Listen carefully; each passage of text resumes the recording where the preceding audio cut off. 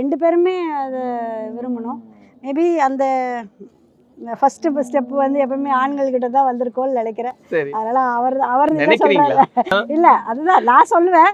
ஆனா அவங்க வந்து இல்ல இல்ல உங்ககிட்ட தான் வந்துச்சு அப்படின்வாங்கல்ல, அதுக்கு சொல்றேன். 2 பேரும் ஈக்குவல். நான் இன்னார கல்யாணம் பண்ணணும் போது அந்த இதுதான் எங்களுக்கு தடையா இருந்தது காரியம்.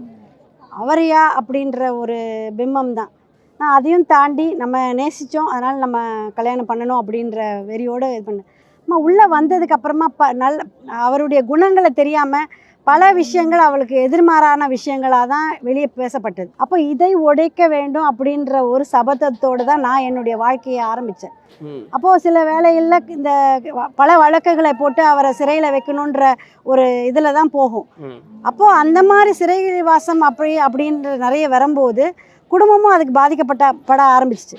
அப்போ தான் அது வெறி கொண்டு நான் என்னுடைய படிப்பை கண்டிப்பாக ஒரு லாயராக நின்னோம்னா நம்ம வந்து இதெல்லாம் மேற்கொண்டு வரலாம் அப்படின்ற ஒரு அது நம்ம குடும்பத்துக்கு செட் ஆகாது அப்படின்னு சொல்லி என்னைய பிஎஸ்சியில் சேர்த்தாங்க. பிஎஸ்சி முடித்தேன். பட் எனக்கு வந்து லா ப்ரொஃபஷன் பண்ணணும் அப்படின்னு. தமிழரின் பாரம்பரிய திருவிழாவை கொண்டாடுவோம் புத்தாடை பொங்கலோடு. The Chennai silks let the celebration begin.